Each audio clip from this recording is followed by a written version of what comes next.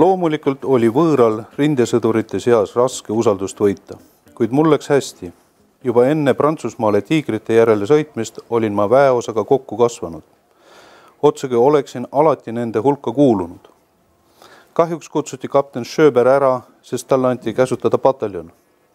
Tema lahkumiskõne, milles ta palus meestes usaldada mind sama palju kui teda ennast, jäi mulle kauaks meelde ja sai mulle kohustuseks.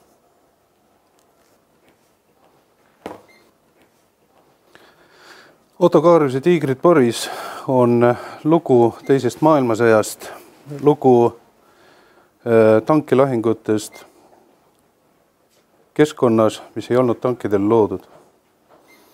Kuid ta ei ole mitte ainult lugu sõjast ja sõjameestest, vaid ta on ka lugu noortest meestest, kes pidid rasketes oludes tegema otsuseid ja olema juhid ja liidrid. Ennekõike tulekski raamatut vaadata sellise pilguga, et millised on väljakutsed olukorras, mis esitavad üliinimlikke väljakutseid. Olukorras, mis ei ole tavaelule sarnane, vaid mis on täis ebakindlust, mis on täis ootamatuseid, surma, leina, kuid ka